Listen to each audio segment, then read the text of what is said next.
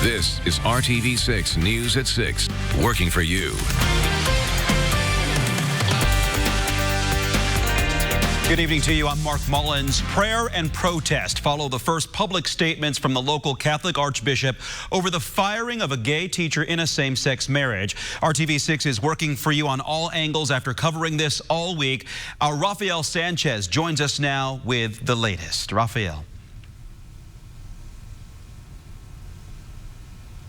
Dissent for those who wanted to express their dismay on how the Indianapolis Archdiocese is dealing with educators involved in same-sex marriages. Let me show you what Drone Cam 6 was able to see as it went up in the air, this prayer circle outside of the Catholic Center, as dozens of people gathered to show their support for the teachers and to also express their concerns over what the church is doing. The Catholic Center, of course, is the headquarters for the Archdiocese, which represents more than 200,000 Catholics in central and southern Indiana. Those gathered here today at the Catholic Center called for the church to change how it deals with educators in civil unions. They prayed, they chanted, as well as they hoped that the Archbishop would hear what they had to say. Today, the Archbishop, the man that leads the flock, the man who often does prayer services and leads Mass here behind me at St. Peter's Paul Cathedral here in downtown Indianapolis, he's asking for prayer. He's also adding that the church, in his words, is not involved in a witch hunt. We can't pick what parts of people we want to love, and I want to show to the Archdiocese that we're not here to be against you, but we want to work with you and work towards having it so that teachers, gay, and married, no matter what they are, who they decide to be, are able to be working teachers at schools, because being a teacher at a school and being fired should not be based on who you decide to be with at home, but rather the content of your character. The voices of the people here who hope that the Archbishop and the Archdiocese will hear them. But the Archbishop says he will stand his ground, that he believes that marriage is between one man and one woman. And these are difficult times where we're navigating through some very challenging times for our church and for our society. Archbishop Charles Thompson confronting the controversy involving the church and several well-known Catholic schools in Indianapolis. He says he had no choice in enforcing church doctrine. The dignity of marriage, the nature of marriage is one man and one woman. That is our church teaching. Both. The Archbishop says 2 teachers, one at Brebeuf, one at Cathedral, are in violation of church rules and their employment contract, which requires employees to follow church doctrine. Cathedral fired their teacher. Brebeuf cut ties with the Archdiocese to keep their teacher. The Archdiocese made public today that it's been aware of this situation for the past 2 years, and church leaders have met with school principals to calm fears among existing staff. We assure them, we remind them, hey, we're not going looking for this stuff. This is not, there's no type of witch hunt here. We're not looking for this stuff. The Archdiocese has about 2,000 teachers across 67 schools. The superintendent of Catholic schools says they've taken action against other staff members who've gone against church positions on other issues like in vitro fertilization or divorce without an annulment. I think what's important to note as well is that it is a privilege, not a right, to work and serve in our Catholic schools. And when individuals sign our ministerial language, they do so, we assume good faith when they do so. The church today also revealing for the first time that in the recent cases, they were made aware of those educators from parishioners who reported them to the pastors, who then told the central office. The Archbishop tells us tonight that he is confident that the decisions he's made in these cases will be upheld by the Vatican. We're live outside of St. Peter and Paul Cathedral in downtown Indianapolis. Rafael Sanchez, now back to you. Rafael, thank you. You know, RTV6 has been working for you from the beginning on this contentious issue, investigating both sides to bring you what you need to know. So let's take a look at how all of this unfolded. It started when RTV6 first told you last Thursday that Brebeuf Jesuit Preparatory School said it would be splitting with the Catholic Archdiocese of Indianapolis because the school refused to fire a gay teacher. The Archdiocese no longer recognizes it as as a Catholic school. Brebeuf says it refused to fire a highly capable and qualified teacher who is in a same-sex marriage after the Archdiocese demanded the dismissal. He's a longtime valued member of the school. He's an excellent teacher, highly qualified, so we've had open dialogue with him as well, and he feels very supported. Brebeuf said this decision will not change the school's identity, and it will serve as a Catholic school still. The Archdiocese says Brebeuf can no longer use the name Catholic when labeling itself. Across town from Brebeuf, Cathedral High School decided to separate from a teacher in a same-sex marriage, bowing to pressure from the same Catholic Archdiocese that asked for the Brebeuf teacher to be fired. RTV6 wanted to know why the outcomes were different with such similar cases. The director of Catholic school programs at Marian University says it's all about who runs the school. A lot of people see the Catholic Church and see it as very monolithic and kind of hierarchical, but they don't realize is in the world of Catholic schools, there are lots of different types of governance and ways that Catholic schools are operated. Brebeuf is sponsored and run by the Midwest Jesuits and doesn't lean on the Catholic Church for much financially. Meanwhile, Cathedral says it depends on the church to keep its nonprofit status. While some Catholics believe this is the church's stance and that's it, the decision left Cathedral students wanting clarity. Well, Tuesday, administrators spent hours with students to explain. Students got the same lesson we got. There is a chain of command, and a school's autonomy relies on how dependent it is on the Catholic Church. One student told RTV6 it felt like Cathedral had been backed into the corner by the Archdiocese. But let's go back to how Cathedral says it would lose its 501c3 status as a nonprofit if it didn't fire the teacher. It would mean the school would then have to start paying federal taxes. But we talked to a law professor who says Cathedral gets its nonprofit status not from the church, but rather from the state of Indiana and the IRS. He said Cathedral doesn't necessarily need the Archdiocese to get that tax exemption. In our investigation, we also learned Cathedral got over $1 million in taxpayer money last year, but one state lawmaker is trying to stop that from happening again. We have that story and all of our coverage on this case right now on the IndyChannel.com and on the RTV6 mobile app. Right now, we're also monitoring a situation in Boone County. Officers and deputies are in a standoff with a man accused of kidnapping and raping a woman in Tippecanoe County. Investigators say 55-year-old Paul Eder was spotted by Lebanon police, who recognized Eder's description and the stolen car he was driving. They pulled him over, and deputies say Eder pulled out a gun. Officers are negotiating with Eder right now. Now, we told you earlier this week, investigators say he abducted a woman who stopped to deal with a flat tire on Saturday night. They say he assaulted and then released her. Since then, authorities have been searching for him. This week, we've been taking our RTV6 drone out to take in the sights in central Indiana that you may not see otherwise. Storm Team 6 Chief Meteorologist Kevin Gregory joining us with what you can expect tonight. Kevin, a beautiful view of the downtown skyline. A good day for a drone flight. The wind is light. The temperatures, they're warm. 87, the magic number in Indianapolis. Actually 1 degree cooler than yesterday. As we look at radar, first glance, not much happening. We've had a couple of downpours flare up and then disappears. You can see just southwest of Winchester and northwest then of Fountain City. Kokomo right now 90 degrees right in the heart of Howard County. Other temperatures well south in the upper 80s, Bedford and Seymour. Between now and 11, temperatures just slowly fall. It will be warm all night, and our chance for a shower or thunder shower just 20%. As you go through the evening, these are most likely to the east that we'd see a flare up, and then by 11 o'clock should be quiet everywhere. Mark? Thank you, Kevin. A Columbus woman fought City Hall and won. A judge ruled in Kristen Brown's favor, saying the Columbus Police Department violated Indiana's public records law. Things like emails, police reports, and other documents that help you, the taxpayer, hold government accountable. Call 6 Investigates' Kara Kenny joins us now with how the judge's decision could impact your ability to get information. The state's public records law is about your right to know what's going on with your state government, your city, your town, your school, even your police department. A Columbus woman took her battle to court and won. Kristen Brown has been fighting a nearly 3-year battle. It started when she requested a 2016 police report about a crash involving law enforcement higher-ups, but didn't get much of the information back. So Brown, also a former mayor, filed a complaint with the state public access counselor, who issued an opinion in her favor. In February 2017, Brown and her attorney Bill Groth filed a lawsuit against the city of Columbus. On June 17th, a special judge ruled the police department did violate the Access to Public Records Act.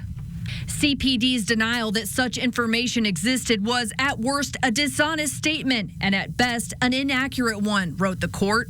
We're obviously delighted, and we believe that was the case. Otherwise, I wouldn't have filed the suit to begin with. The judge ruled Columbus police must pay Brown's attorney's fees, which are approaching $50,000. They've wasted so much additional resources, taxpayers' money. I mean, it's really galling.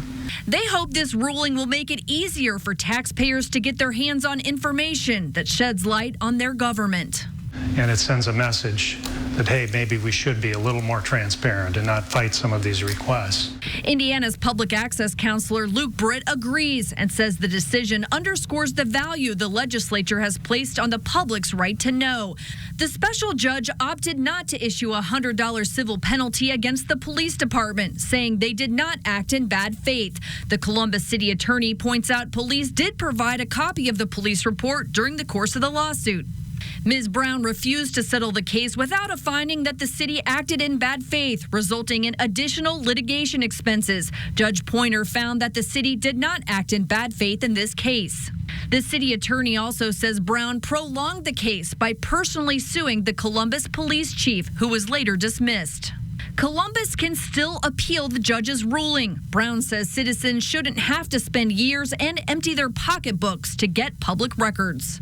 Brown is now working with state lawmakers to change the law and give the state's public access counselor more teeth and also create a grievance process for citizens trying to get access to public records, one that won't cost people money out of their own pocket. Reporting from downtown Indianapolis, Kara Kenny, RTV6. Now, RTV6 is reviewing the police report that was released, and we've included the entire city's response on the RTV6 app and the IndyChannel.com. They're trying to tear down a beloved historic building. Ahead on the news at 6 here, refusing to give up hope even after 20 years of fighting. It's a hot night at Victory Field as the Indians wrap up a 4-game homestand. I'm Brad Brown. We're talking to 2 of the Indians' 3 all-star pitchers as they get set to represent the International League at the AAA's Midsummer Classic. That story coming up on the news at 6. Martin Nissan. The only name you need to know. This is RTV6 News at 6, working for you. The state intends to demolish Simpson Hall on the campus of the Indiana School for the Deaf, but there are still people trying to save it. Simpson Hall was built in 1911. The 75,000 square foot structure served as a dormitory for female students. Experts say it would take $15 to $20 million to rehabilitate the structure. The Indiana Landmarks Foundation has fought for 20 years to find a solution and told RTV6 it's been like running their heads into a brick wall. Architect Kathleen Day has not given up hope, but is frustrated. To have that just constant history just taken away from a community that doesn't necessarily have a voice is incredibly sad. It's much more than just a building. The Indiana Landmarks Foundation told RTV6 that the state was looking to demolish the building this summer. This week, RTV6 is celebrating and committing to excellence in journalism. Tomorrow, our colleague Derek Thomas is signing off from RTV6 after more than 4 decades of sharing his gift of storytelling with Central Indiana. This week, we've been sharing a few of his memorable tales. Today, Derek, a big Colts fan himself, highlights the team's fight song in 1984. Come on, you Colts, gonna go the extra yard. Victories are gold. Show 'em who we are. We're proud and we're strong. We're tougher than the rest. Gonna score another touchdown. Gonna show 'em who's the best. Jimmy Irsay spent the day debuting the new Indianapolis Colt fight song on city radio stations. He wrote the song that is produced by John Casella, the keyboard player for Johnny Cougar.